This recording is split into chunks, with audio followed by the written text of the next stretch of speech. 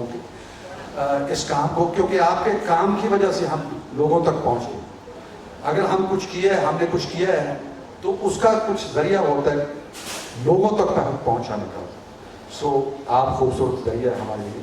सो मैं आपका बहुत बहुत धन्यवाद करता हूँ अपनी पूरी टीम के लिए, स्पीड रिकॉर्ड्स की तरफ से, मंजीत साई प्रोडक्शन की तरफ से, और हमारे शाही तो म्यूजिकल शाही हो गया हमारे जितने भी शाही जिन लोगों ने इस म्यूज़िक को संवारा है, खूबसूरत तरतीब दी है। सो बहुत बहुत मेहरबानी आप सब। सो इतना खूबसूरत जो स्वागत हुआ है हमारा गर्मजोशी से, मैं जब ढोल बजने लगा तो मैं भैया घोड़ी कहाँ है? समझ आया किसी को नहीं, घोड़ी कहाँ है? वो ढोल बजता तो घोड़ी भी चाहिए होती है, इसमें धुला जाता है।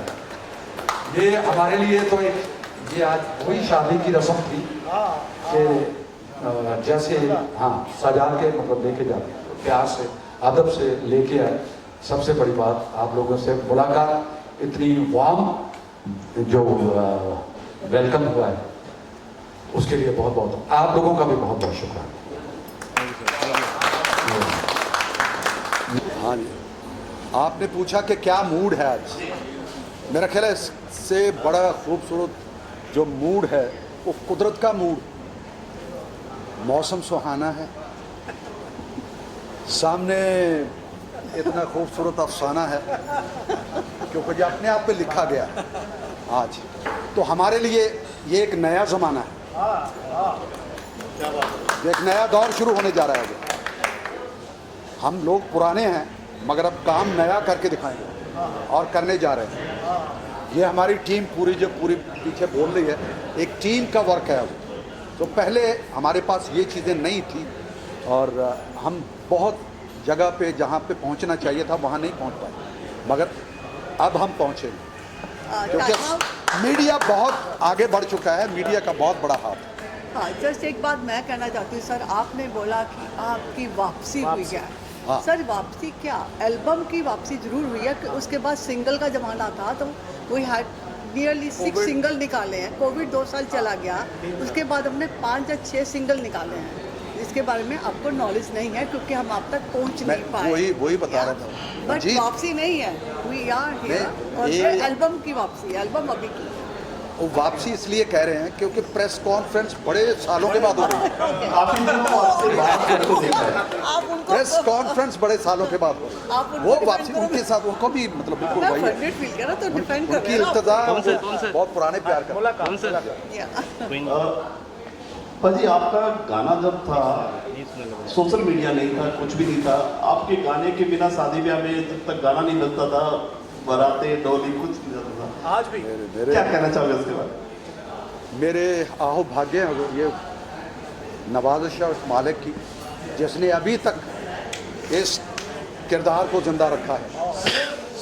मेरे अंदर के किरदार को, जो एक शायर भी है, जो एक एक्टर भी है, और लोगों को जो भी दिया है वो सब ने स्वीकार किया है, प्यार दिया है। बस उसी के लिए मैं हमेशा यही कहूँगा कि मैं तो शुक्र करता हूँ उसका, तो बहुत बहुत शुक्र।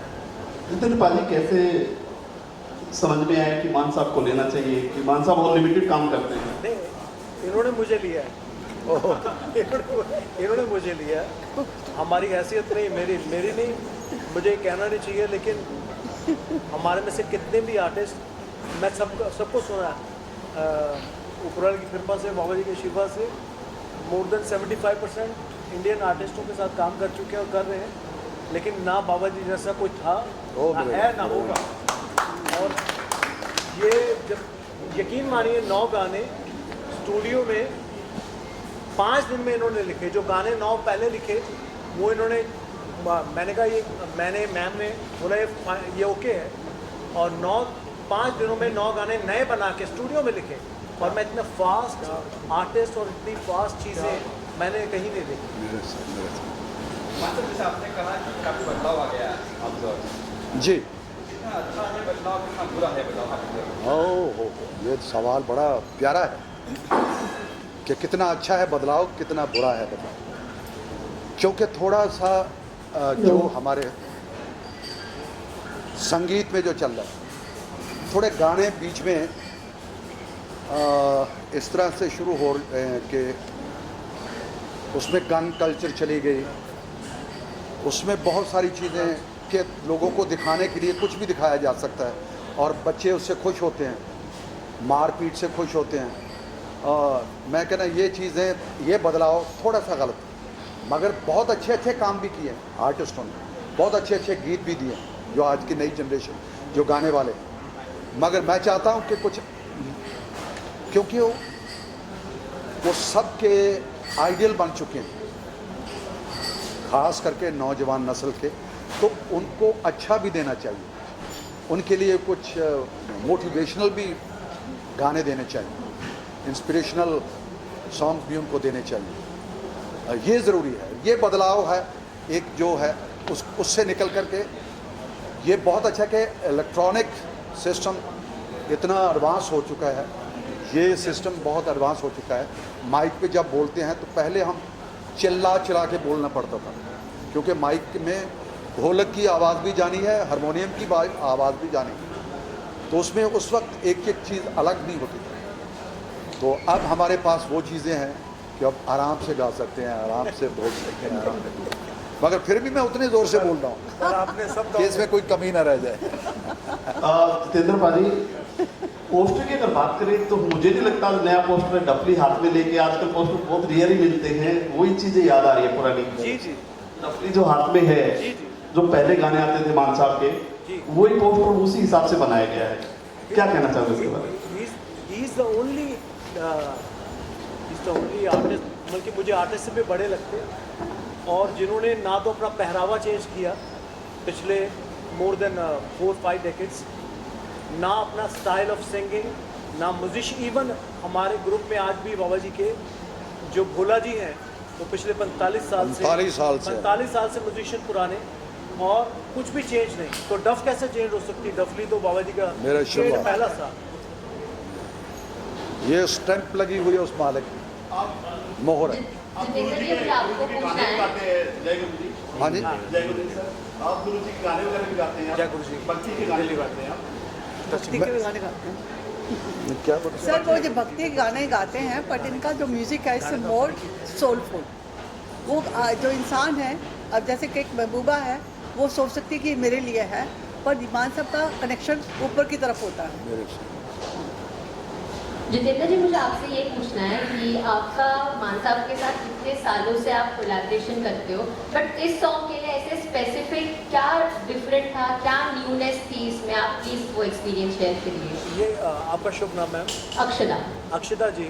बल्कि यकीन मानिए, जब आप एल्बम सुनेंगे तो हर गाने में खासियत है, हर गाने में खासियत है, बोल में, क्योंकि मेरे सामने लिखे गए।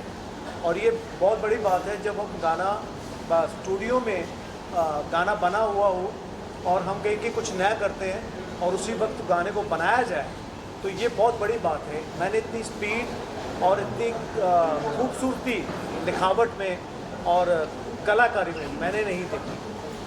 तो ये एक अपनी जर्नी और बहुत खूबसूरत जर्नी, मेमोरेबल। एक्स्ट्रा क्या था उस दिन ना, मान साहब मुझसे लड़के गए थे, इसलिए गाना लिखती है। ये वाला गाना जो है सिर्फ वही है ना गाने का।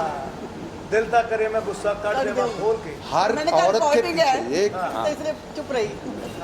क्योंकि हर औरत मतलब अपने पति के साथ ज़्यादा बोल नहीं सकती, तो उसका मतलब अंदर है कि मेरे ऐसे लगता है कि मुझे बोल रही है, क्योंकि मैं एक जगह पे राइटिंग कर रहा हूँ और वो गुस्से होकर उसका जो साथी है चला जाता है, तो मेरी अंदर की जो है, मेरा जो अंदर का शायर है उसके लिए लिख रहा है, उसके मुताबिक लिख रहा है कि दिल तो करे मैं गुस्सा निकाल दूं ऐसे मतलब खोल के, मगर मैं क्या करूं, मैं खुद ही झूठी पड़ जाऊं ऊंचा नीचा बोल के।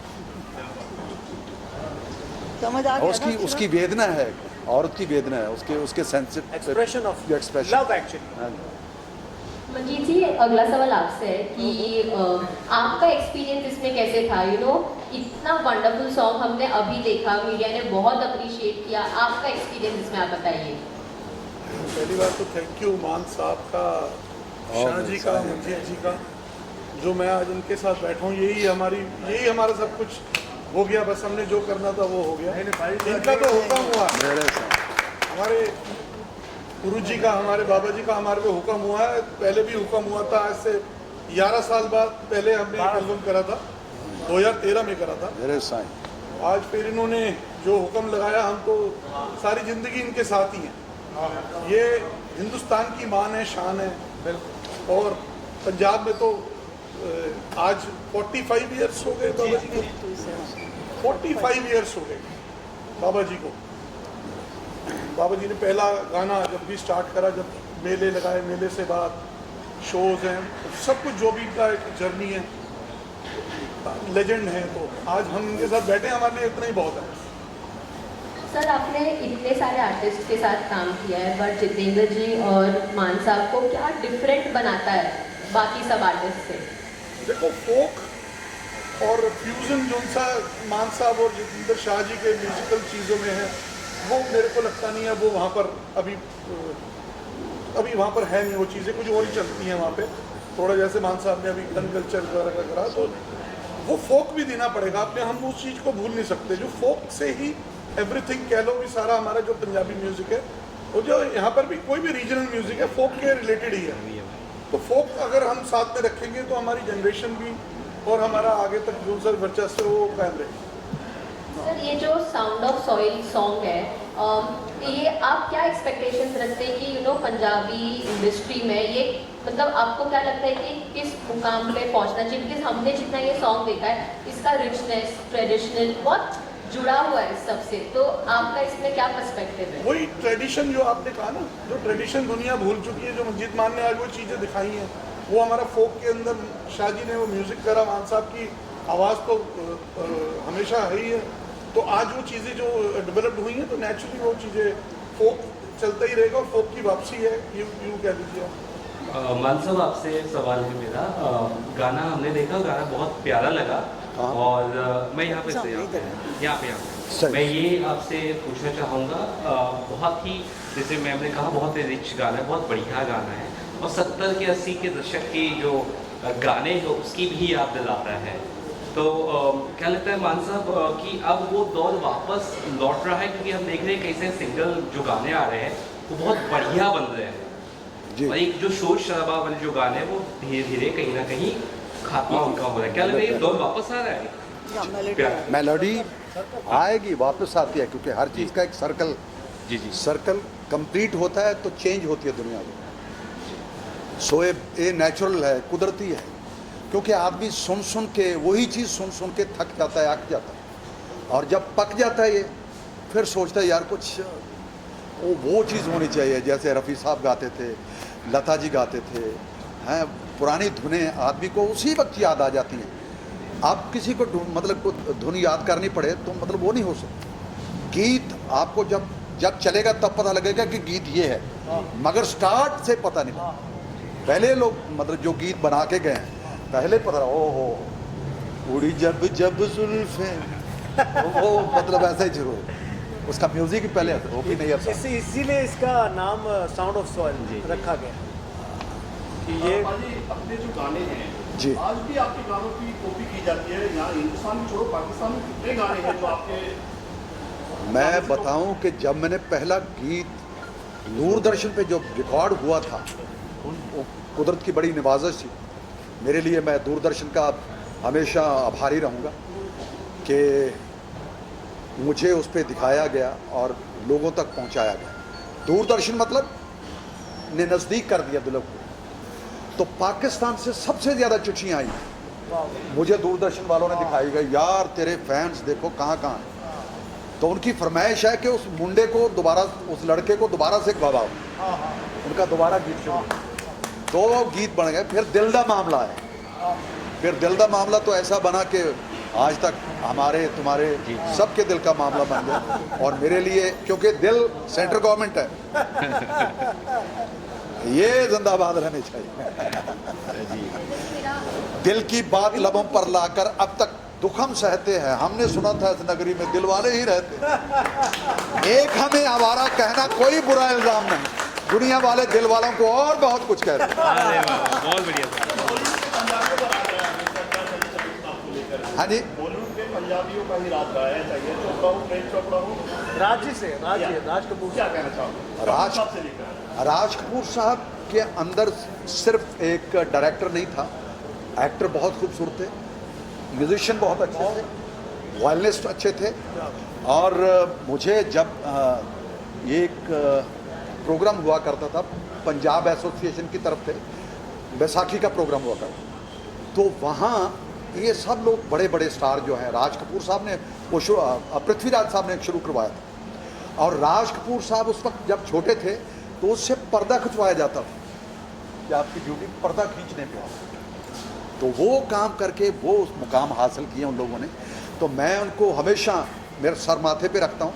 और कंपोजिशन बना देते थे म्यूजिशियंस के साथ, तो नेक्स्ट टाइम वो गीत बना होता था, उसमें एक पीस आया है, जो म्यूजिक के अंदर एक पीस आया है, मतलब गीत के अंदर एक पीस आया है, वो पीस नेक्स्ट टाइम गीत बना होता था या गीत धुन बनी होती थी। और हम भी ये इस काम एल्बम में करते कुछ करने वाले हैं, जो इधर कुछ गाया अभी उसका अभी गाना इसमें भी ऐसा ही है। एक गाना है आज हमारा चिट्टे चिट्टे रंग, हाँ, चिट्टे चिट्टे दंदर। उसका एक मुखड़ा अगली एल्बम है। हाँ हाँ, वो नेक्स्ट टाइम उसका गीत बनेगा। बन गया, मैं तो लिख दिया वैसे, मैं कसम से लिख दिया। जितेंद्र जी, मुझे ये आपसे पूछना है कि ये एक ही क्वेश्चन वाला है। ये गाना हमारा चंडीगढ़ में शूट हुआ है, मैम बताएंगे, मैम ने डायरेक्ट किया। जी सर, चंडीगढ़ में एक लोकेशन है, वहाँ पे शूट किया हमने ये गाना। बहुत खूबसूरत। हाँ, बहुत खूबसूरत। हाँ जी, साथ में कौन कौन है? शिवांगी जी हैं एंड गुरजीत जी हैं एंड गुरदास मान जी हैं, तीन लोग जो फीचरिंग कर रहे हैं। बाकी वहाँ की बहुत प्यारी डांसर्स लड़कियाँ हैं जिन्होंने बहुत ही कोऑपरेट किया हम लोगों के साथ, क्योंकि क्लाइमेट वाज टू बैड। बता नहीं सकते कि बरसात होती थी और उसके बाद जो गर्म होता था ना, दो लड़कियाँ फेंट हो गई थी वहाँ पे, इतनी तपश थी। बट दे रियली बहुत अच्छा काम किया उन लोगों ने। और जो हमारे कोरियोग्राफर हैं शंकर जी हैं, वो साउथ से हैं। कैमरामैन भी हमारे साउथ के हैं हमारे, Krishna ji, are Krishna. And editor मेरे हैं ओंकार बागनी जी। एंड बाकी मेरी टीम जो मेरी ऑफिस में VFX वाला सुधांशु है। तो इट्स अ टीम वर्क, तो टीम के साथ ये किया। और लोकेशन देखी, इसके बाद कोई लोकेशन नहीं देखी कि इसी को ही यहीं पे शूट करना है। थोड़ी एक्सपेंसिव ज़्यादा थी, पर मैंने कहा चलो कोई बात नहीं, ये नहीं करते, पंजाबी है तो छोड़ दें। हमने कहा नहीं, हम यहीं करेंगे। सॉरी नहीं तो मोस्ट ऑफ द टाइम ये होता है, लोग पूरी बांध देते, पंजाबी है ना तो क्या हुआ। और हमने जो DIP किया ना, तो रेड चिल्ली में किया है। रेड चिली कोर्स हुआ है। सो हमें पंजाबी को हम क्या पहुंचाएंगे, पंजाबी ने हम लोगों को बहुत ऊपर पहुंचाया है। बट वी वांट कि जब पंजाबी की बात हो तो कुछ अच्छा सामने आए, कुछ अच्छा करके दें हम लोग। बस यही चीज़ें हमारे दिमाग में। पैसा तो उन्होंने बहुत कुछ दिया हम लोगों को, पंजाबी ने, पर पंजाबी के लिए हम कुछ कर पाएँ, ये हमेशा मन में रहता है। चैलेंजिंग रहता है, लेकिन बाबा जी अपना काम बहुत प्यार से करा, बहुत प्यार से, बहुत हौसला अफजाई से, बहुत उत्साह देकर काम कराते हैं, तो दिक्कतें नहीं आती।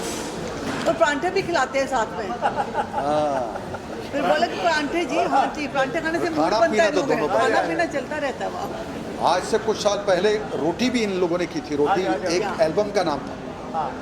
उस वक्त जब हम रोटी, कुछ लिखा नहीं था, किसी गाने की धुन बन रही थी और शाहजी ही बना रहे थे, बैठे हुए थे, तो रोटी आ गई, खाना आ गया, लेके आ गया। तो ये अपने लोगों ने बोला खाना बाद में खाएंगे, बाद में खाएंगे, रहने दीजिए।